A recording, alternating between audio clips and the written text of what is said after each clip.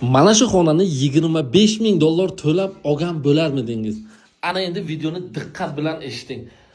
Partsiz Aralov klinikaga shunday kirganda 4 qavatlik binoni 2-qavatda Zolotoy etajda mana shunaqangi 3 xonali xonamiz hozir srochni sotuvga chiqdi.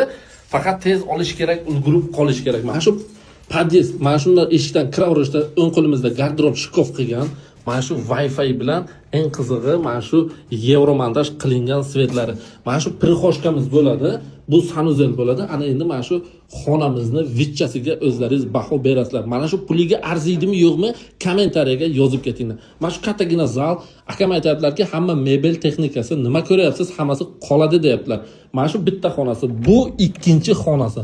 Bu xona уже вообще boshqacha. Spalni, do'spalni divan turibdi bu yerga, termo zona, mana shu yerga televizor zona turibdi, garderob, mana bu yerga razdvijnoy shkof ham bor. Eng qizig'i, mana shuni ham ochib ko'rsatdilar menga, foydali deb ko'rsatdilar.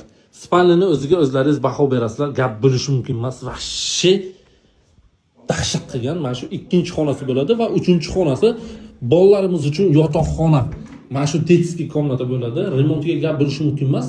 Bu xonasiga ham trezasi bor. Ana endi bu xonamiz 4 qavatlik binoning 2-qavatda joylashgan. O'zi kvadrati 55 kvadrat deyaptilar akamiz.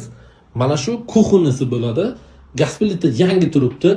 Stralniy mashina yangi turibdi. Mana shu raxvenasi bo'ladi. Mana shu shkofchani qilib qo'yganlar. Hamma biladi, Bag'dod City, mana shu Partsiz ko'chasi, ko'chani bo'yidagi mana shu birinchi dom bo'ladi. Kimga agar qiziq bo'lsa mana shu dom, hozir men pastda nomer qoldiraman, sirrochni aloqaga chiqinglar, xudo xolosa olib keltirib ko'rsataman, kaliti ham o'zimda. Agar menga mana shuni topib bering desangiz agar, xudo xolosa birinchi sizlar olib qo'yasizlar. Aristoniya ham bor. Vanna, unitaz, raxmina, hamma sharoiti bor. Pastda nomer qoldiraman, bemalol aloqa chiqaverasizlar.